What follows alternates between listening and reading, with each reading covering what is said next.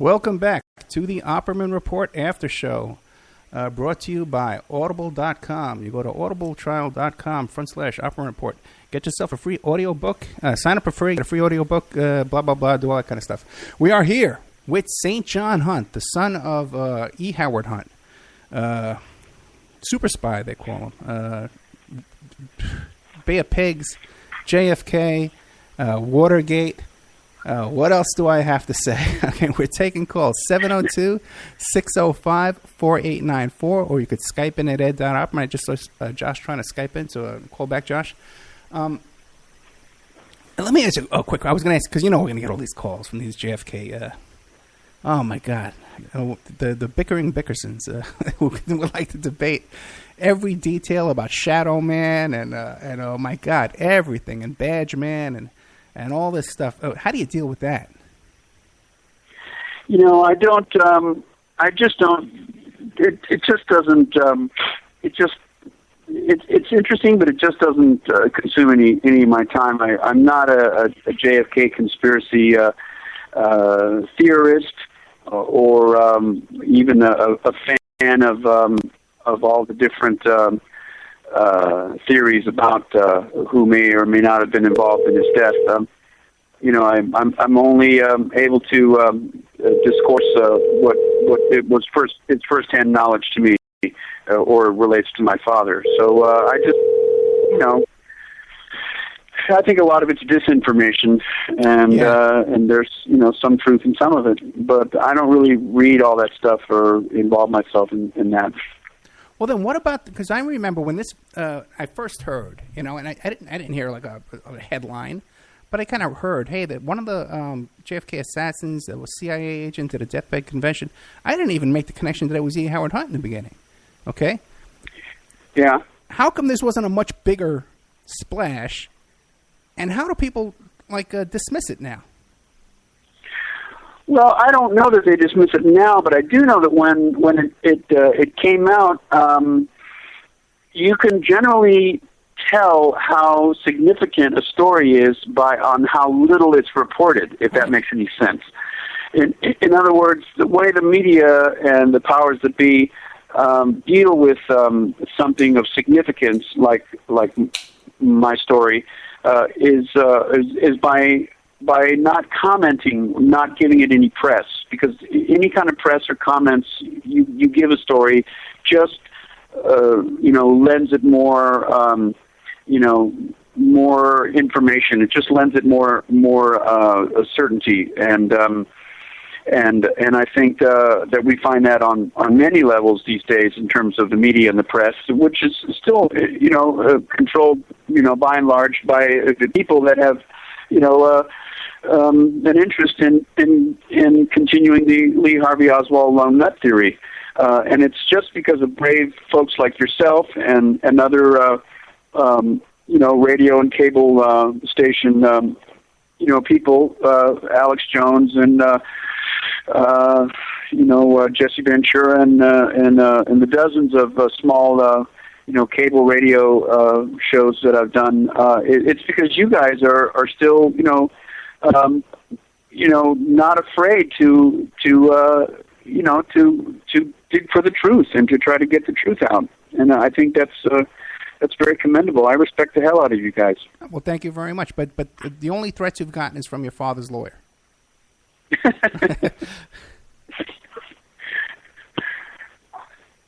Oh, you've gotten other threats? Ed, can you hear me? Yeah, Josh just called in. So Josh, Brookshire just joined the line. Do you have questions for St. John Hunt? Yes, sir. First of all, great show, guys. Very, very good work. Mr. Hunt, sir, one question that I was wondering while listening to you speak about the dealings with Kevin Costner is, with the portrayal of your father and various thinly veiled analogs to him and his exploits in film and TV and various media, have you ever felt sour about that? Or have you ever felt like they were exploiting your family and your story for political gain or propaganda usage at all, sir? Well, that's an interesting question, Josh. Initially, one of the ways I got my father to agree to work on a project about his autobiography at the end of his life there that was going to be truthful, as opposed to the autobiography that he had written in the early 70s undercover, which was not truthful, was because I appealed to him in the sense that that there had been many people, authors and movie producers and this and that had used either his name or his imagery, if you want to say that, to further their own financial gain and accuse him of all sorts of things. And I said, doesn't that make you mad? Aren't you angered by the fact that these people, are raking in thousands, hundreds of thousands of dollars in some cases by writing books and, dragging your name through it without, without any substantial proof? Don't you want to, at the end of your life, as a legacy that you leave, stand up to these people and tell them the truth, whatever it may be? And so, yeah, in that respect, I have been soured a little bit, but it's also interesting to note that, the movie The Good Shepherd was based loosely on my father's character in the OSS, which later became C.I.A. Also, it's kind of curious to note that in the X-Files series, The Smoking Man it was based upon history of my father's, and also the Tom Cruise series Mission Impossible. His name is Ethan Hunt, and that was specifically chosen as a nod of respect to my father, Everett Hunt. And little things like that kind of, they don't anger me at all. They're kind of cool. They're like, okay, you guys are giving a little nod of respect to who my father was. And it's just kind of funny that things work out that way. But in the whole Costner thing, that kind of ended poorly, and I had a little bit of bitter taste in my mouth after that for Kevin Costner, the crass way in which he undertook trying to get information out. He wasn't gentle at all. So I hope that answers your question, Josh. But what about all the president's men? Not even a mention of your mother. No, not a mention of my mother at all, as a matter of fact. And yeah, that's another movie. That deals with my dad. Also, the Nixon movie showed the whole first part where they're in the WATERGATE hotel or the Howard Johnson's hotel, and they are running the films and all this stuff. The Nixon movie, I think that was. The whole Dorothy part of it, the Watergate plane assassination, is something that the media has not, except for the few days after that occurred in December '72, that very, very few media outlets have talked about, because Watergate's old history now. But there's been some very good writers that have been on board with the notion that it was a job. It wasn't just a normal plane crash. I mean, it's evidenced by the fact that within 15 minutes there was up to 50 FBI and Defense Intelligence Agency agents on the scene, preventing the police and the firemen from getting into the wreckage, and they kept that area cordoned off until they searched through it themselves and found the suitcase. Oh. That what was left of the suitcase that my mother was taking with her to Chicago for safekeeping, that contained irrefutable evidence of Nixon's involvement in Watergate and JFK's assassination. So. Yeah, that's not been touched on. So that's why I thought it was important to write a book about her. Also, didn't Nixon appoint a new director of the FAA, too, like the next day? Yeah, the very next day, he appointed Eagle Crow, one of his most loyal, counselors, as head of the department that oversees investigations for the National Transportation Safety Board. Now, it's interesting because the FBI was there on the ground, and they confiscated the recording tape from the tower at the airport there where she crashed near, and they they don't have jurisdiction in domestic air disasters, but they invoked this clause that they claimed they had evidence of sabotage and air piracy beforehand, and so that's why they were there. But they never elaborated on what information this was, that they actually had.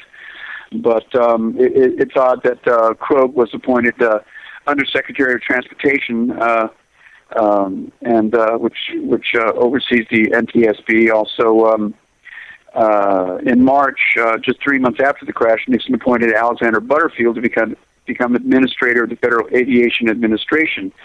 And Butterfield, according to the New York Times, read all the accident reports relating to that crash himself, and then relayed that information to President Nixon. Another Nixon appointee was Dwight Chapin, one of the guys who worked for CREEP and was involved in the Watergate plannings and stagings.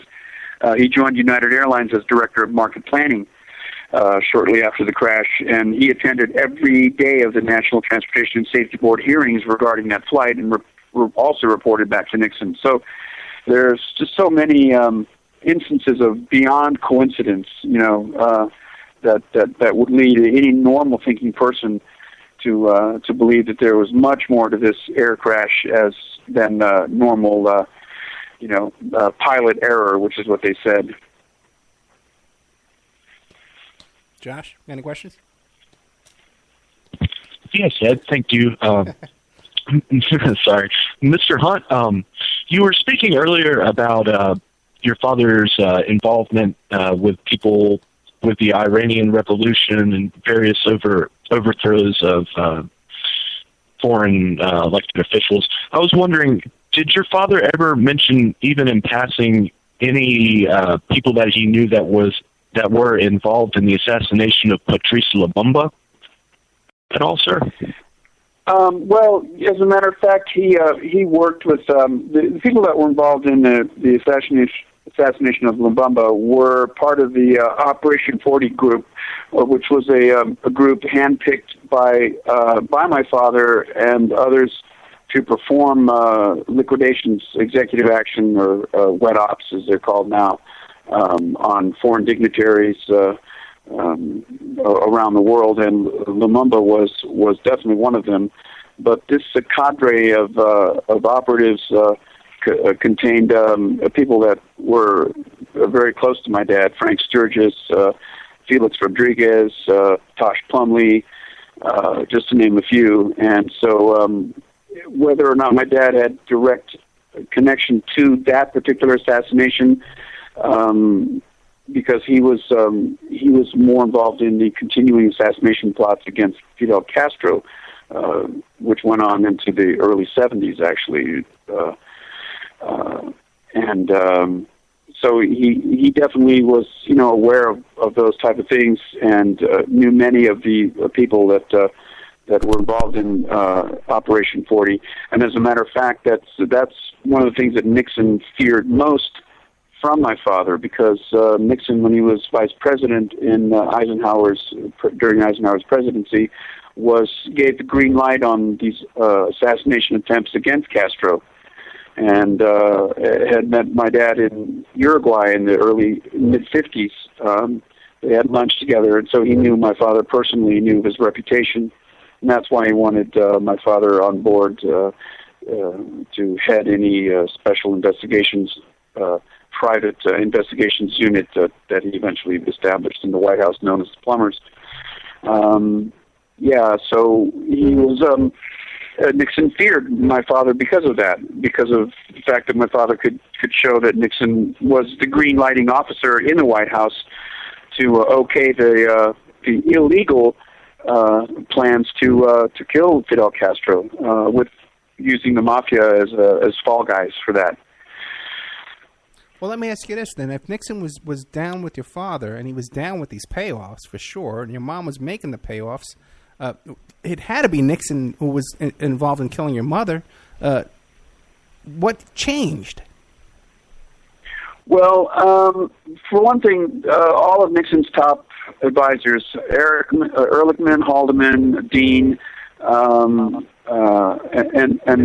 those guys, Colson, they were advising Nixon not to pay my father.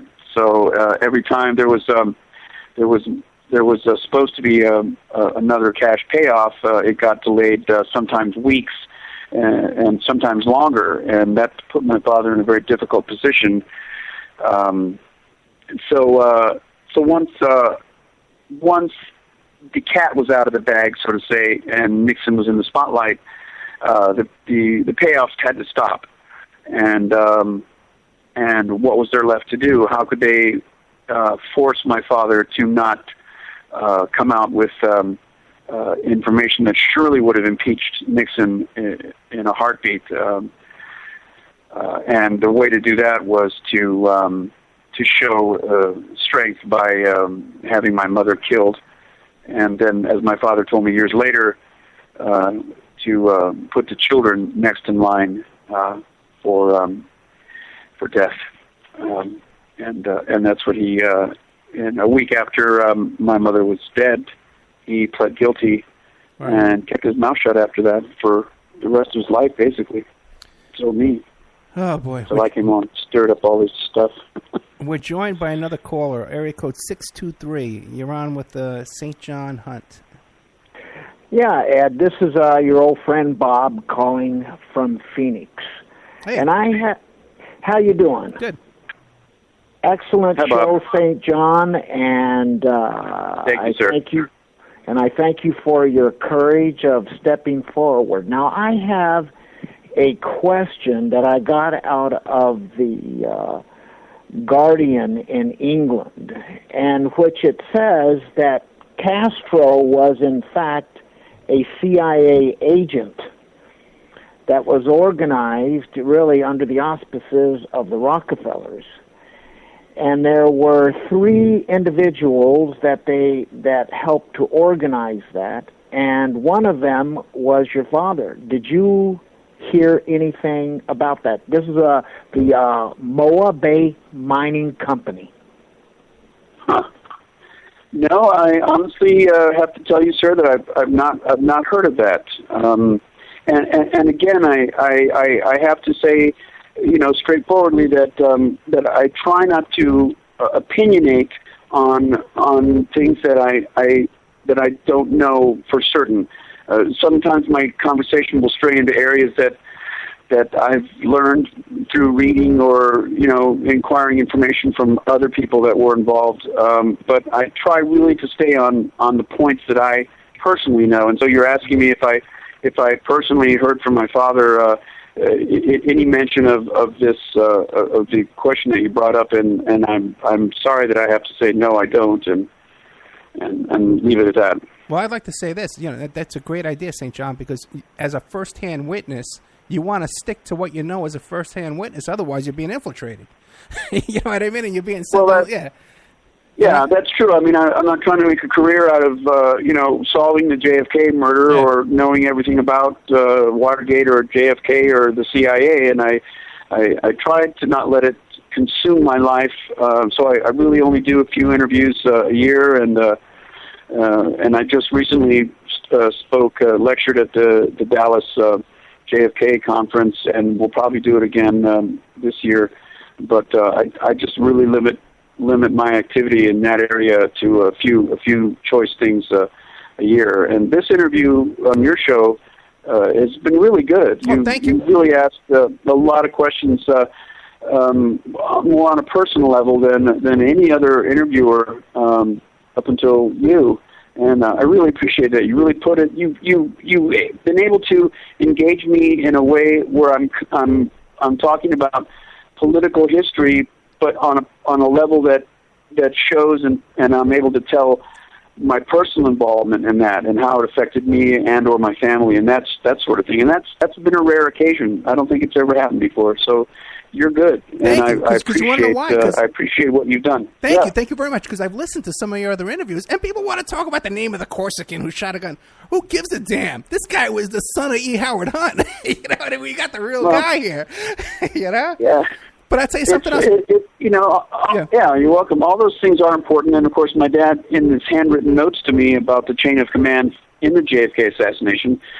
He did write down Corsican gunman, and he thought the name was either Sartre or Sartre or something like that. But he heard it once or twice, and he wasn't really sure. But it's been now documented that Lucien Sartre was brought into the plot by Bill Harvey from his connections when he was sent by Bobby Kennedy to Rome as punishment for his ongoing anti-Cuban things that he was doing. He was in a position then to continue his connections with the Italian mafia, which he'd always had, the American mafia and the Italian mafia, and they led him to the Corsican arm of things, which were involved in the heroin trafficking, and Sartre was part of that. So it's a small world, like you said, and everybody's a bit involved. Everybody's a bit involved, like the mafia, the CIA, the FBI. But I do want to say to Bob the caller, real quick to Bob the caller, I have heard myself as well, even from Mayor Jim Rothstein, who's been on the show a couple of times, who arrested Frank Sturgis, and he was involved in the Bay of Pigs as a soldier as well. And he mentioned that we were supplying weapons to Castro when Castro was trying to overthrow Batista, and I heard that from several people that we were supporting Castro to overthrow Batista. So who the hell knows? Well, we were. Yeah. Well, we were. It's common to supply someone, both sides. I mean, you have, in World War II, you have the Harriman supplying funds and resources to the Nazis, and you have, other folks supplying money and funds and things like that, supplies to the Russians, the communists. So it's common for the CIA to play both sides up until the time when the person they're supplying things to declares himself to be on one side of the fence or the other. And when Castro came to New York, and was offered very little help. As a matter of fact, was ridiculed by Richard Nixon. He decided that the only help he was being offered on an international scale was by the Soviets. So he decided to allow the Soviets to give him protection and support, because it became very clear to him that we weren't happy with him taking over. And once we realized that he wasn't going to continue the arrangements that he'd had with the American mob in terms of money laundering and drug smuggling and the casinos and all that, then he was no longer someone to be trusted. As a matter of fact, he was someone to be deposed.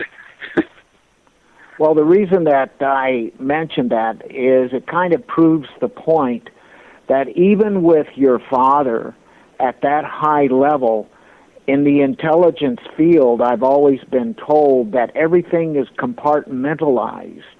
And so it would be, I think, a truth in this case, which proves the point, because he didn't mention it to you, is that things get compartmentalized, and it has to be that way. And so, but I wanted to ask that question, and as a matter of fact, Fidel Castro's sister, Juanita, has come forward with her book that she was a CIA asset, which I think is Castro's very interesting. Sister was? Yeah. Oh, my Fidel God. Castro. Yeah. Wow. Juanita, she has come forward with her book, and that she was an asset. Essentially, what the article said is that the Rockefellers had their interest in the mining and the oil that surrounded Cuba, and what they want, Batista wanted to spread things out, create their own credit union, and then kind of uplift the people through that. But the Rockefeller family and the people that they represent business-wise wanted to centralize things to get their money out of their investments. So I kind of can understand from that point of view of why you would have a situation where you have Fidel Castro being a CIA asset. Oh, wow. Yeah, and of course that's the way they work, compartmentalization. Whereas if an agent's cover is blown and he's arrested in a foreign country, he only knows a limited amount of what So an agent never really should never really understand the full scope of what he's doing and all the other members of the entire scope of whatever project he's working on.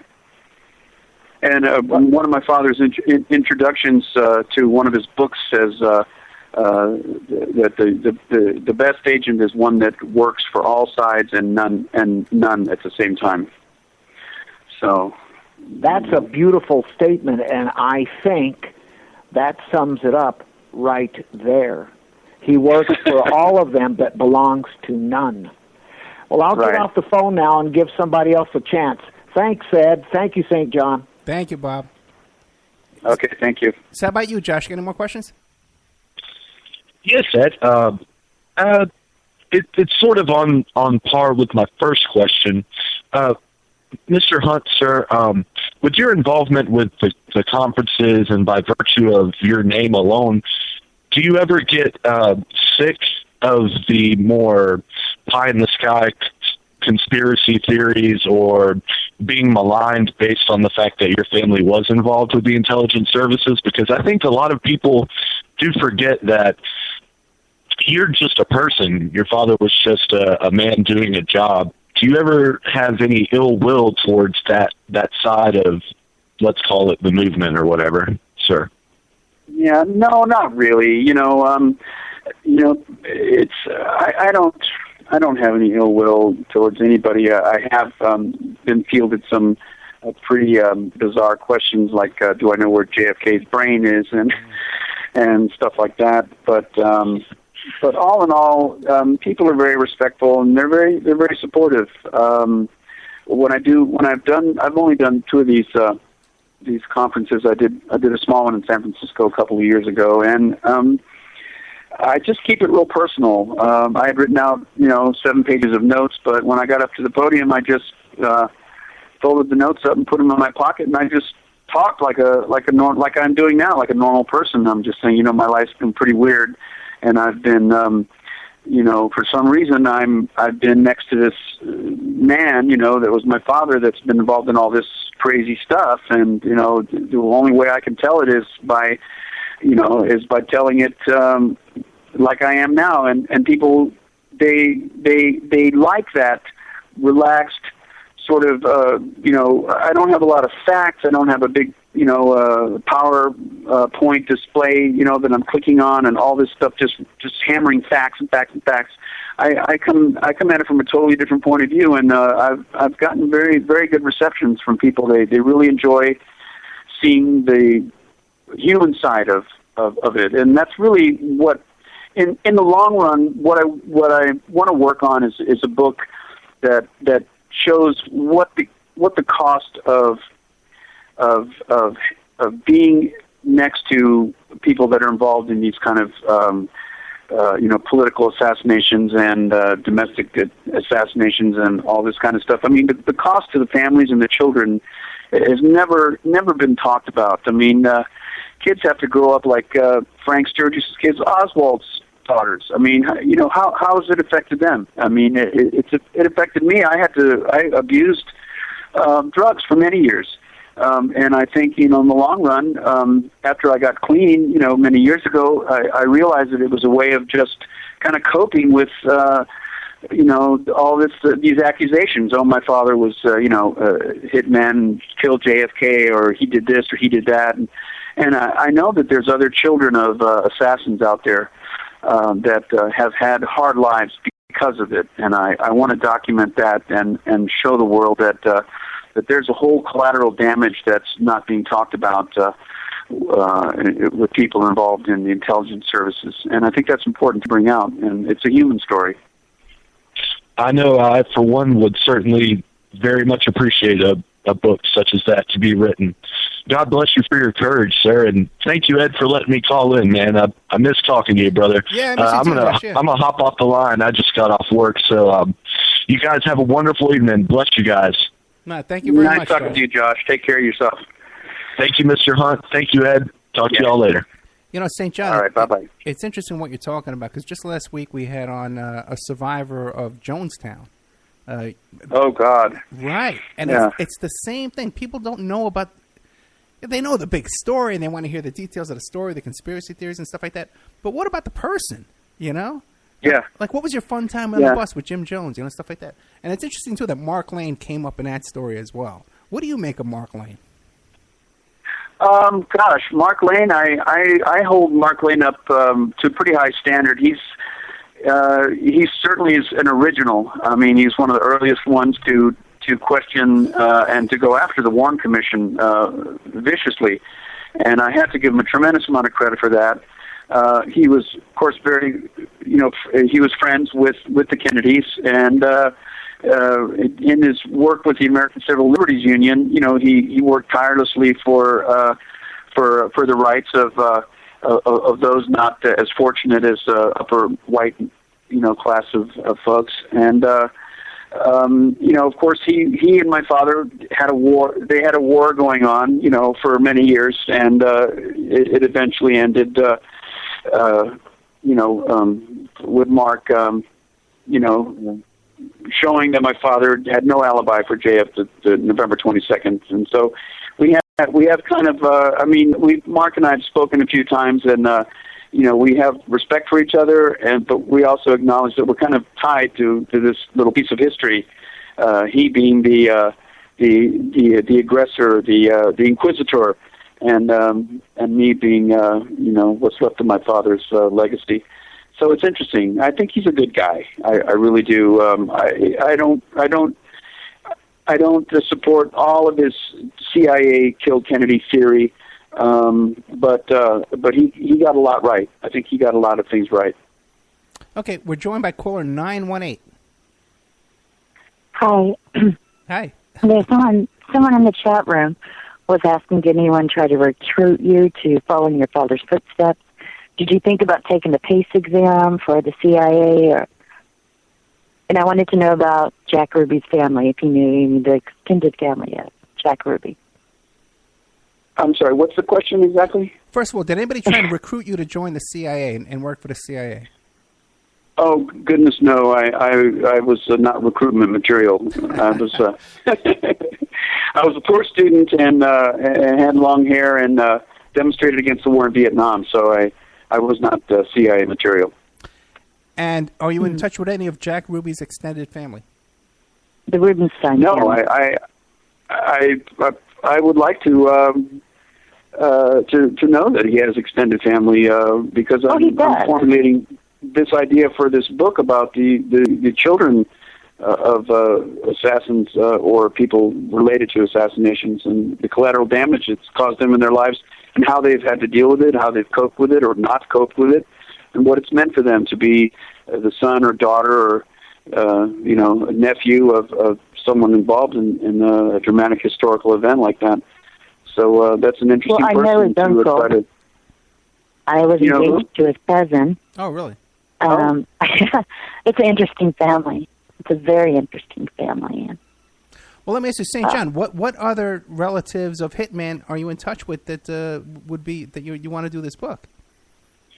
Well, there's Sturgis's family, for one. There's Oswald's two daughters, for another. They would be the high point of the book. There's also Marita Lorenz's children. She's been you know, documented to be involved in closely involved in the events surrounding JFK assassination. She was also a contract agent that was sent on missions to kill her lover, Fidel Castro, when she was his mistress. And there would be, I would say, there's a gentleman that Chauncey Holt, who's been shown now to be one of the three tramps.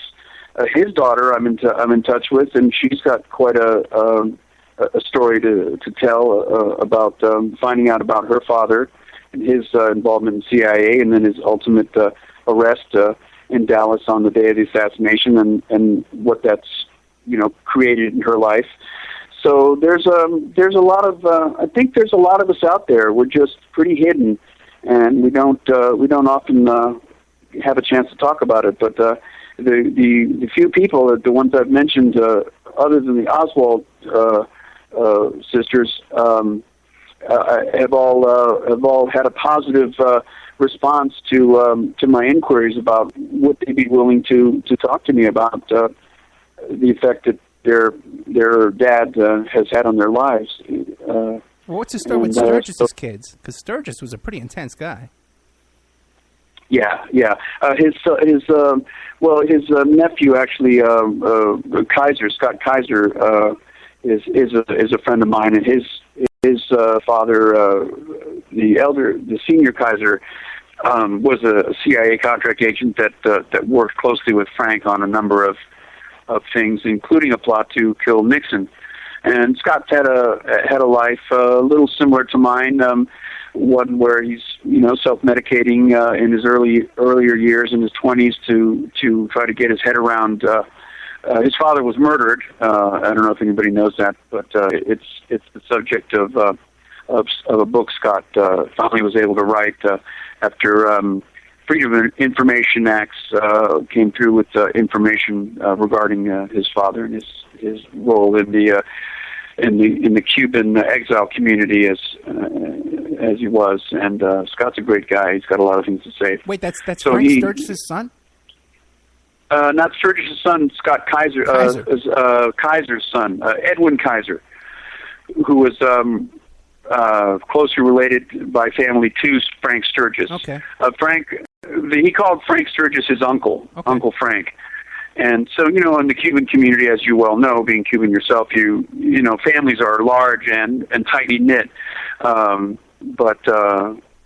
Kaiser was Scott Kaiser's father, and was actually involved in a plot to kill Richard Nixon in the 70s.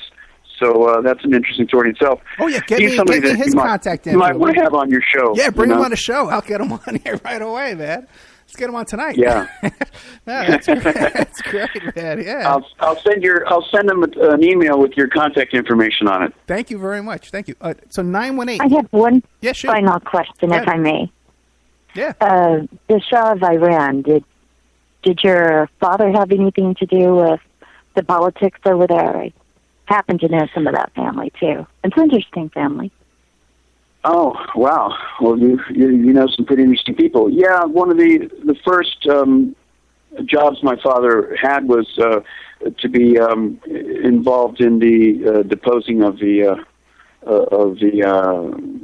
leader of Iran and inserting of the Shah. And that went very well for the CIA. How he was involved, I don't really know, but probably a political action officer. In other words, he was probably working in the field of psychological warfare, which would have meant he was producing literature and radio spots to try to engage the people of Iran to let go of their ruler and their Ayatollah and allow the smooth passage of the Shah in the coup that the CIA sponsored to depose the Ayatollah. This is the first Ayatollah that they deposed. That came back and years the Shah later. was a foot soldier, I remember. Yeah, the Shah was the CIA puppet, basically. The Shah of Iran. Mm-hmm. Yeah. So he did have something to do with that, probably psychological warfare, political action type thing. Both grandchildren and great-grandchildren are in Oklahoma. The Shahs? Oh. The Shah's family. There was one grandson that committed suicide, and that was from the second wife. There was two wives at one time. Uh-huh. Interesting family. Yeah, they probably have a lot of things to tell. Hey, let me ask you this, St. John. Now, with all these guys like Barry Seal, and the drug smuggling angle of all this, was your dad ever involved in any of that? No, to my knowledge, he was not. And as a matter of fact, that's where he is separated from the old school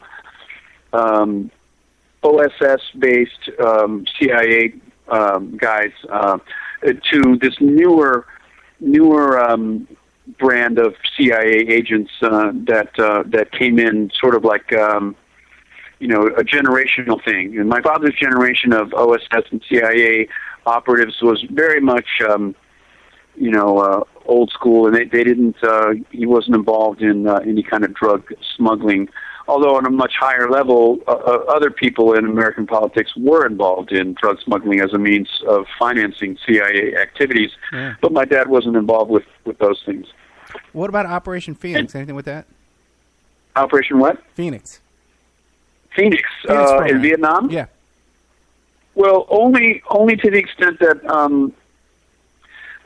let's see, when did that operate? When was that operation ongoing? In 69, 70, 71, or was it a little bit later? I couldn't tell you exactly. I just did a show about it, but I don't remember. Yeah. Well, I know that Felix Rodriguez was involved in Operation Phoenix, and I don't believe there was any Vietnam. In any area of Vietnam that my dad was involved in. But, of course, he knew people that were, like Felix. But to my knowledge, he had no references in the Vietnam story at all. Okay. Well, now, we're getting toward the end of the show, and I appreciate you staying longer. 3 hours is a long time, I know that. Now, but around the house when you were a kid, did he come to the Little League games? Did you throw the ball around? Did you go fishing, stuff like that at all?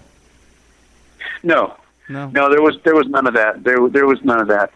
I went fishing with my dad once later when he was living in Miami after everything had blown over.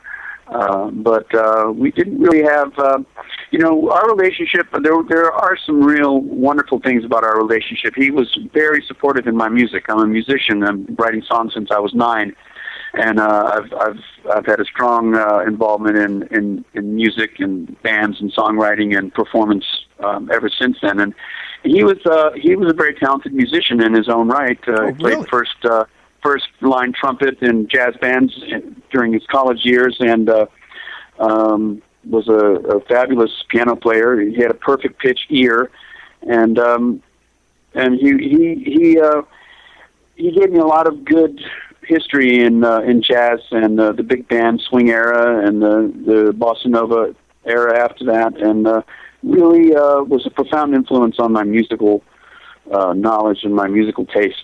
So we shared a lot of music together. He used to sneak me into this club in Georgetown called Blues Alley to see the last of the great jazzmen like Jimmy Rushing and Willie the Lion Smith and the remnants of Stan Kenton's band and folks like that. And I loved it, and he was the big guy in the club. Everybody loved Howard Hunt. He had a very knowledgeable about jazz, and he was best friends with Gene Krupa. Krupa used to stay at our house in Potomac every time he came within 60, 70, 80 miles, 100 miles of Washington, D.C. on the club dates. So I remember hanging out with Gene Krupa and my dad many times. Unbelievable. That's like no one ever talked about that. I've never. Yeah.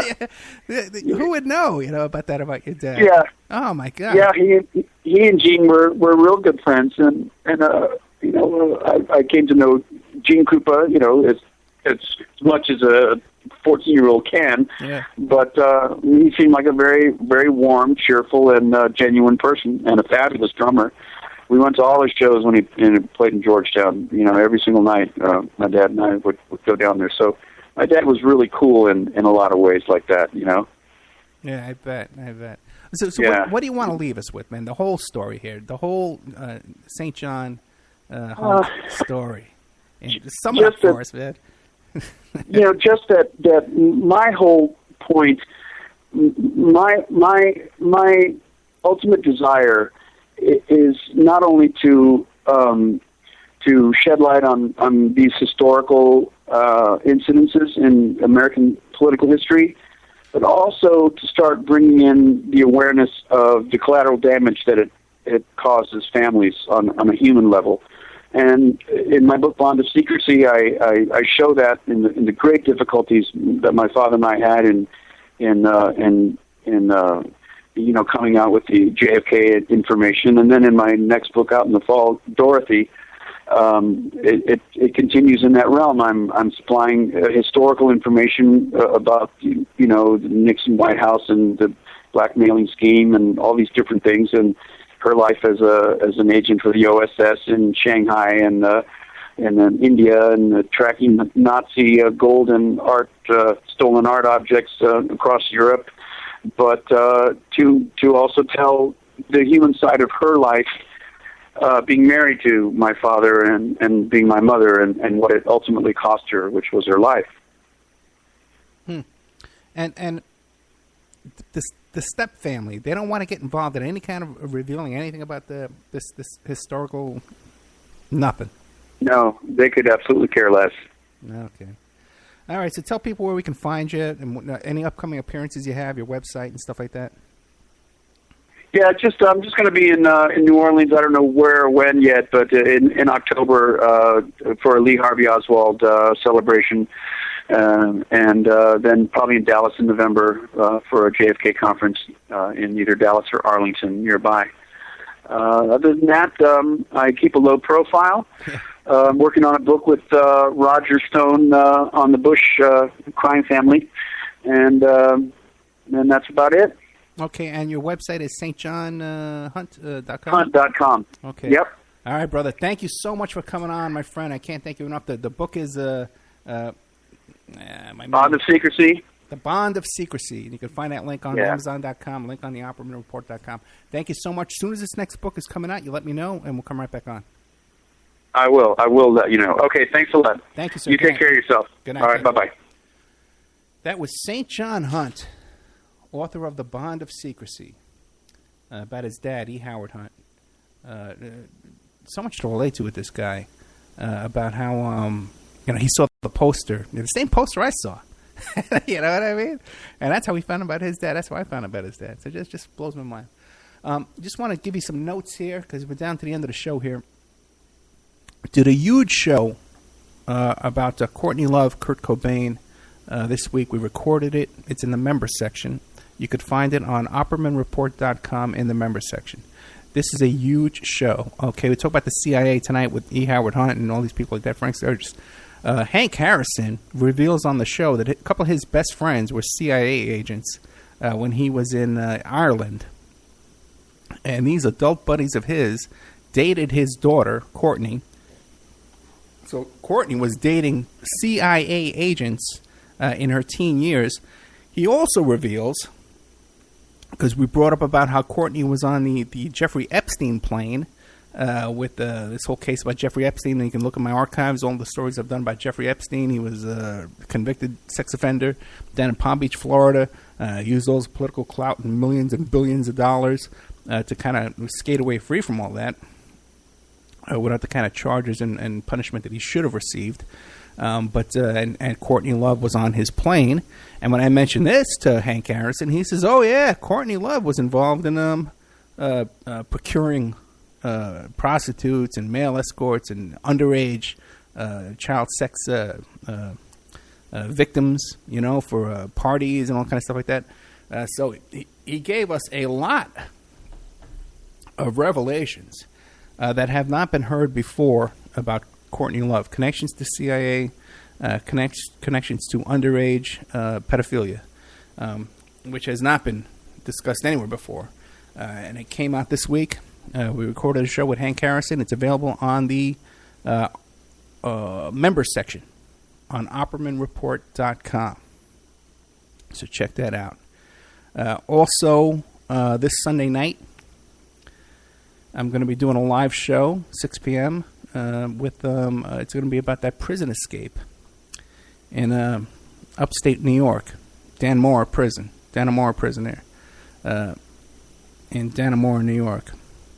And it's really called the Clifton Correctional Institution. I've been up there.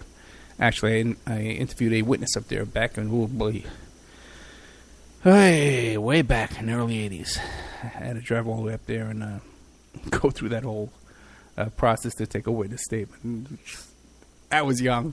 Anyway, but it's kind of funny because, these two, supposedly, these two guys escaped from this prison. There's this big manhunt. There's like 800 cops there searching for them, going door to door, searching people's houses.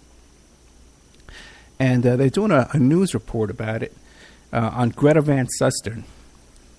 And this woman, the reporter, is being interviewed by Greta Van Susteren. They got the split screen. And you see in the background, they're in front of the prison.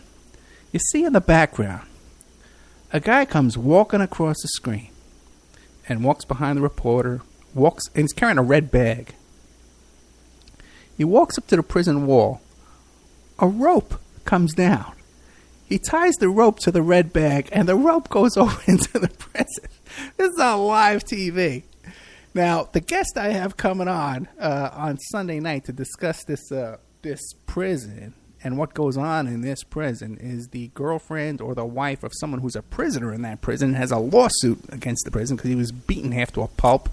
And one thing people don't know is that all of these prisoners, for the 2 weeks that these two guys supposedly escaped, she's convinced they were walked out of the prison. We're going to have all the inside information because she's going to visit this guy over the weekend, and she's going to come out and she's going to give us the inside scoop of what went on in that prison, because there's a lot of gossip going on. Everybody knows what went on. There's no way they were sawing through pipes and stuff like that to tunnel out of this prison. That's crazy. They were walked out of that prison. There's no doubt about it.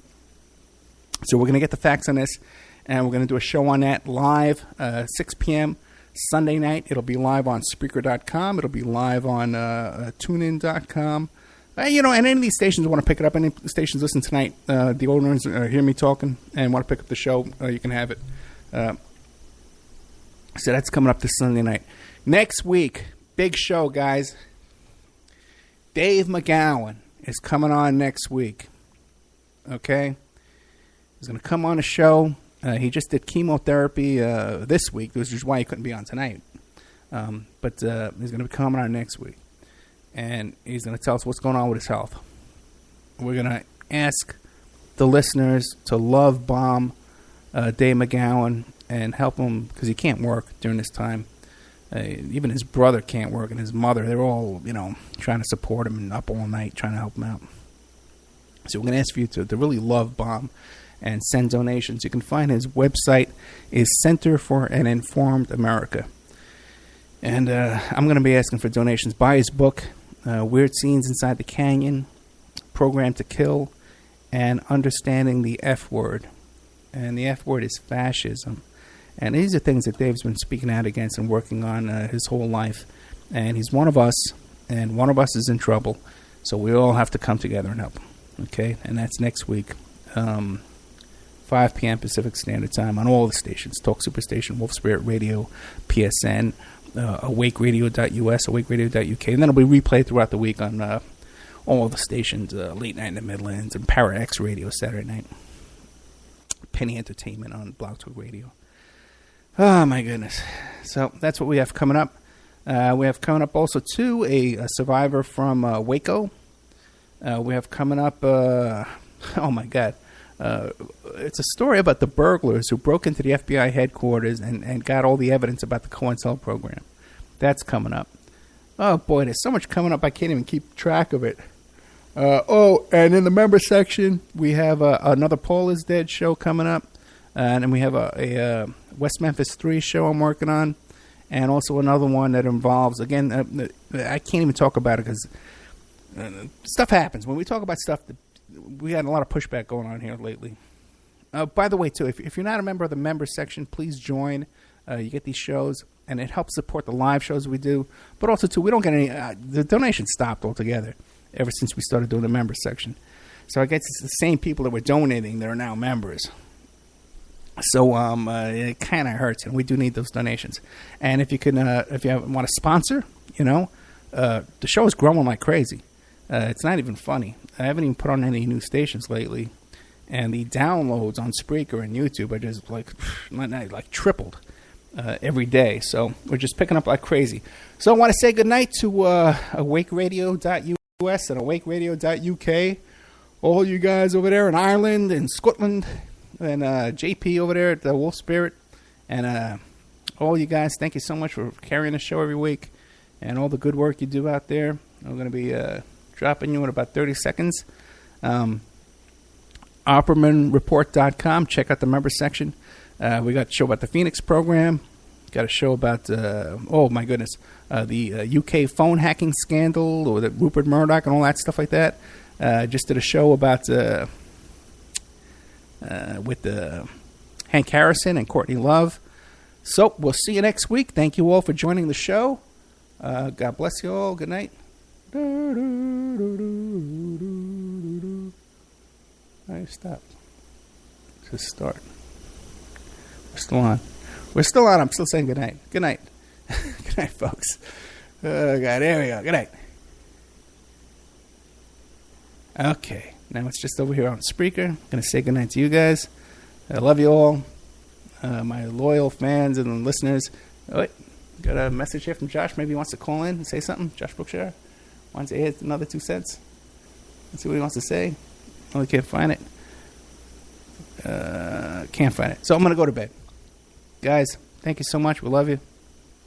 Thank you for supporting the show. Next week we have Dave McGowan. And he's the guy that definitely needs your support. Needs all of our support. Don't forget the member section. If you want to sponsor, you want to advertise on the show, it's a perfect opportunity. By the way, too, I need somebody to help me out, too, with writing press releases, because I haven't even had a chance to write this press release on the Hank Harrison show.